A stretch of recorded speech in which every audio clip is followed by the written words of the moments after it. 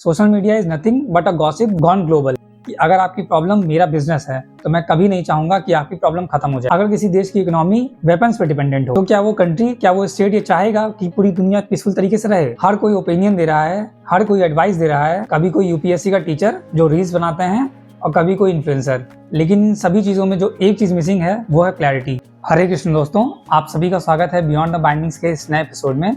आज हम लोग बात करने वाले हैं एक ऐसी बुक के बारे में जो स्पेशली यूथ के लिए लिखी गई है, उन लोगों के लिए जो लाइफ में सबसे ज्यादा एनर्जेटिक, कंफ्यूजिंग और क्वेश्चनिंग फेज में होते हैं। अगर आपकी एज बिटवीन 18 to 30 है और आप अपने करियर और लाइफ को लेकर के कंफ्यूज हो, या अगर आपको लैक ऑफ क्लैरिटी है, या फिर आपने कभी अपने आप से पूछा हो कि मैं एक्चुअली अपनी लाइफ में कर क्या रहा हूँ, तो ये बुक डेफिनेटली आपको एक बार जरूर पढ़नी चाहिए।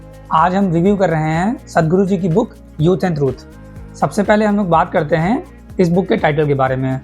बेसिकली यूथ एंड ट्रूथ एक मूवमेंट है जिसको सदगुरु और उनकी ऑर्गेनाइजेशन ईशा फाउंडेशन ने स्टार्ट किया था। इस मूवमेंट का मेन पर्पस ये था कि सदगुरु जी मैक्सिमम कॉलेजेस और यूनिवर्सिटीज में जाकर स्टूडेंट से डायरेक्टली इंटरेक्ट करें और उनकी कंफ्यूजन को दूर करें। कोई प्रीचिंग नहीं, कोई लेक्चर नहीं, ओवरडोज ऑफ नॉलेज नहीं, बस एक रॉ कॉन्वर्जेशन। यहाँ स्टूडेंट्स और बेसिकली यूथ अपनी लाइफ से रिलेटेड किसी भी प्रॉब्लम के बारे में सदगुरु जी से डायरेक्टली बिना हेसिटेशन के क्वेश्चन पूछ सकता है और सदगुरु जी भी उन सभी लोगों को बिना जज किए अपना आंसर देंगे। आज के समय में यूथ, चाहे वो इंडिया का हो या ग्लोबली, उसके पास अनलिमिटेड इन्फॉर्मेशन है, अनलिमिटेड ऑप्शंस हैं और अनलिमिटेड अपॉर्चुनिटीज भी। लेकिन जो एक चीज लिमिटेड है वो है क्लैरिटी। हम एजुकेटेड हैं, पूरी दुनिया से कनेक्टेड हैं और बहुत ज्यादा एम्बिशियस भी हैं, लेकिन साथ ही एंशियस हैं, डिस्ट्रैक्टेड है और इंटरनली कंफ्यूज भी हैं। और यहीं पे सदगुरु जी हम सभी की हेल्प करते हैं और हम सभी लोगों को अपना इंटरेस्टिंग पर्सपेक्टिव देते हैं। वो कोई रिलीजियस प्रीचिंग नहीं करते हैं, कोई मोटिवेशनल डायलॉग देने भी नहीं आते, बल्कि वो यूथ को ये समझाने आए हैं कि अगर लाइफ प्रॉब्लम्स को देखने का नजरिया बदल जाए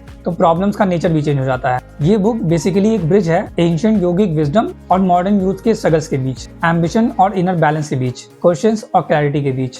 इस बुक में आपको रेडी टू मेड सॉल्यूशंस नहीं मिलते, लेकिन आपको अपनी लाइफ को देखने का एक नया नजरिया जरूर मिलता है। और शायद आज के यूथ के लिए सबसे ज्यादा जरूरी चीज भी यही है। और सबसे इंपॉर्टेंट बात, ये बुक कोई मोटिवेशनल बुक नहीं है, कोई सेल्फ हेल्प बुक नहीं है जो कि आपको 5 स्टेप्स टू सक्सेस दे देगी। Youth and truth by Sadhguru is not a lecture, it's a discussion. ये book actually real life conversations का कंपाइलेशन है, जहां सदगुरु जी ने इंडिया और इंडिया के बाहर के भी बहुत सारे कॉलेजेस, यूनिवर्सिटीज में जाकर के डायरेक्टली यूथ से इंटरेक्शन किया है। वहाँ यूथ ने अपनी लाइफ से रिलेटेड बहुत सारे रॉ क्वेश्चन सदगुरु जी से डायरेक्टली पूछे हैं। कभी करियर को लेकर, कभी गोल्स को लेकर, कभी एम्बिशंस को लेकर के, कभी अपने रिलेशनशिप को लेकर के। यूथ ने कभी अपने लाइफ के डीपर मीनिंग को समझने की कोशिश की। इवन इस बुक में ऐसे क्वेश्चंस पे भी बात की गई है जो कि शायद ओपनली हम लोग डिस्कस नहीं भी करते हैं, जैसे कि is it good to get high और नॉट। और सदगुरु जी ने इन सभी क्वेश्चंस का जवाब दिया है बिना शुगर कोटिंग के साथ। एक इंटरेस्टिंग पॉइंट जो सदगुरु जी खुद इस बुक में मेंशन करते हैं, सदगुरु जी कहते हैं social media is nothing but a gossip gone global. और अगर आप सोचो तो बात सच भी है। हर कोई ओपिनियन दे रहा है, हर कोई एडवाइस दे रहा है, कभी कोई यूपीएससी का टीचर जो रील्स बनाते हैं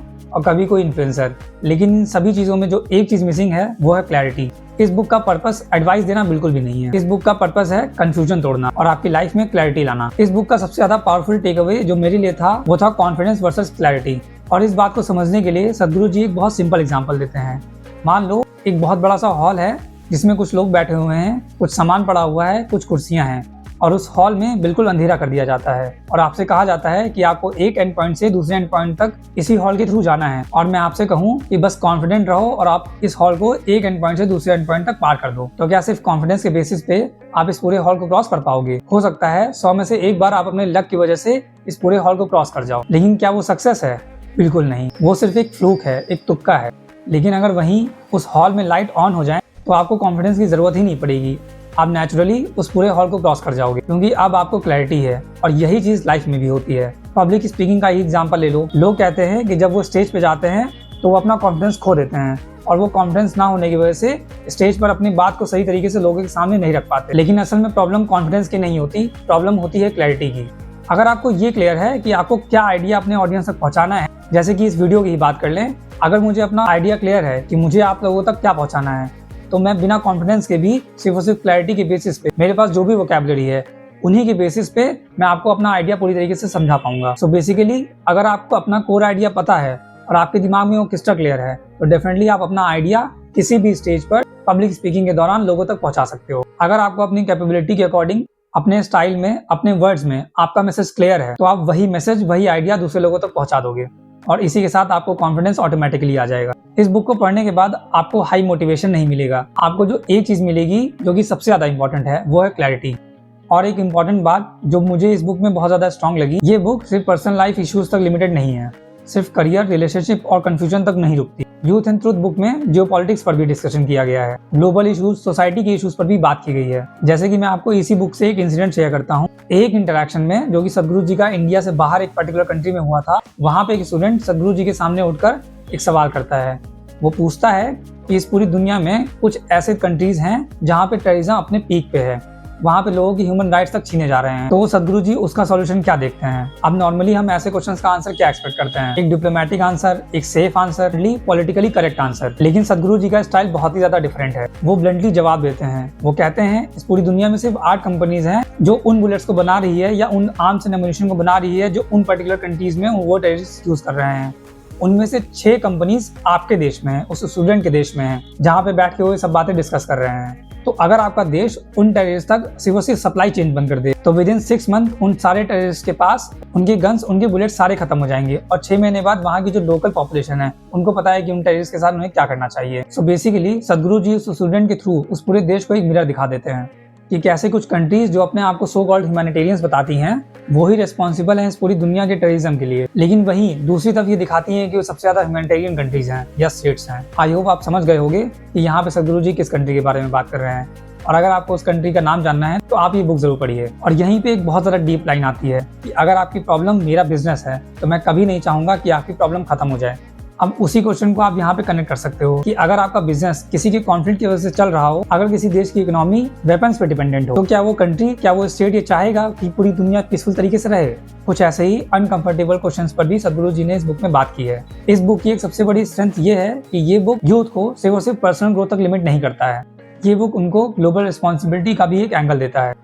ये बुक सिखाती है कि लाइफ के किसी भी प्रॉब्लम को सिर्फ और सिर्फ इमोशनल तरीके से नहीं लेना चाहिए, हर प्रॉब्लम को हमें स्ट्रक्चरल तरीके से भी देखना चाहिए। हर प्रॉब्लम का एक विजिबल लेयर होता है और एक इनविजिबल सिस्टम होता है जो उस पूरी प्रॉब्लम को सस्टेन कर रहा होता है। और अगर हमारे पास क्लैरिटी नहीं होगी तो हम तब तक सिर्फ और सिर्फ रिएक्शन देते रहेंगे, रिस्पॉन्सिबिलिटी नहीं लेंगे।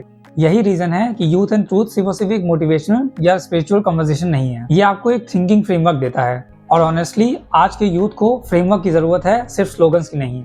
तो दोस्तों, यूथ एंड ट्रूथ एक ऐसी बुक है जो आपको सिर्फ और सिर्फ टेम्परेरी मोटिवेशन नहीं देगी, ये आपको एक्साइट नहीं करेगी, ये आपको हाइप नहीं देगी, ये आपको 10 दिन का कॉन्फिडेंस बूस्ट नहीं देगी, ये आपको एक आईना दिखाएगी। और मैं सच बताऊं, लाइफ में आईना देखना, खुद को इवैल्यूएट करना सबसे ज्यादा मुश्किल होता है। हम सब लाइफ में कॉन्फिडेंस ढूंढ रहे हैं, बेटर जॉब के लिए कॉन्फिडेंस, बेटर रिलेशनशिप के लिए कॉन्फिडेंस, स्टेज पर बोलने के लिए कॉन्फिडेंस, लेकिन शायद प्रॉब्लम कभी कॉन्फिडेंस की थी ही नहीं, प्रॉब्लम थी क्लैरिटी की। अगर आपको पता ही नहीं है कि आप कौन हो, आप क्या चाहते हो, आप किस डायरेक्शन में जा रहे हो, तो कॉन्फिडेंस सिर्फ एक मास्क बनकर रह जाता है। सदगुरु जी इस पूरी बुक के थ्रू यूथ को सिर्फ एक चीज देना चाह रहे हैं, क्लैरिटी ऑफ परसेप्शन। क्योंकि जब परसेप्शन क्लियर हो जाता है तो आपके एक्शंस नेचुरल हो जाते हैं और लाइफ के स्ट्रगल्स स्ट्रगल नहीं रह जाते, वो आपके लिए एक एक्सप्लोरेशन बन जाते हैं। आज का यूथ टैलेंटेड है, इंटेलिजेंट है, और जो हमारी पुरानी जनरेशन थी उन सभी से सबसे ज्यादा रिसोर्सेज हमारी इसी जनरेशन के पास हैं। सिर्फ और सिर्फ डायरेक्शन स्कैटर्ड है और शायद इसीलिए youth and truth book relevant है। So before you chase confidence, chase clarity. तो अगर आप अपनी लाइफ को और ज़्यादा कॉन्शियसली देखना चाहते हो, अपने आप को और कॉन्शियसली इवैल्यूएट करना चाहते हो, तो डेफिनेटली इस बुक को आप एक बार जरूर पढ़ो। This was beyond the bindings. मैं हूँ हिमांशु। मिलते हैं नेक्स्ट एपिसोड में एक और बुक, एक और पर्सपेक्टिव और एक और लेयर ऑफ अंडरस्टैंडिंग के साथ।